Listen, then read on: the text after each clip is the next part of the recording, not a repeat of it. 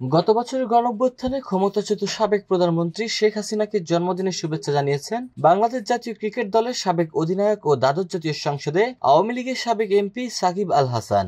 এদেশে ক্রীড়া উপদেষ্টা আসিফ মাহমুদের একটি পোস্টের বিপরীতে ফের নিজের পেজে ইস্যু ফলো অফ স্টাইলে পোস্ট দেন সাকিব। পোস্টে কেউ কারো নাম সরাসরি উল্লেখ করেননি, তবে কে কাকে ইঙ্গিত করে কি বার্তা চেয়েছেন তা বোধহয় বুঝতে সমস্যা হয়নি নেটিজেনদের। রোববার 28 সেপ্টেম্বর রাত 9:15টার দিকে নিজের ভেরিফাইড ফেসবুক পোস্টে শেখ হাসিনাকে জন্মদিনের শুভেচ্ছা জানান সাকিব। সেই পোস্টের কিছুক্ষণ পরেই যুব ক্রীড়া উপদেষ্টা আসিফ মাহমুদ একটি পোস্ট করেন ফেসবুকে, যা সাড়া ফেলেছে নেটিজেন সহ দেশবাসীর মাঝে।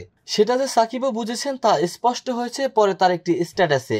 আসিফ মাহমুদের পোস্টের পর অনেকটা পাল্টা জবাবের মতো আরেকটি পোস্ট করেন সাকিব। সাকিব দেখেন, যাক শেষমেশ কে একজন স্বীকার করে নিলেন যে তার জন্য আমার আর বাংলাদেশের জার্সি গায়ে দেওয়া হলো না, বাংলাদেশের জন্য খেলতে পারলাম না। ফিরবো হয়তো কোনো একদিন আপন মাতৃভূমিতে, ভালোবাসি বাংলাদেশ।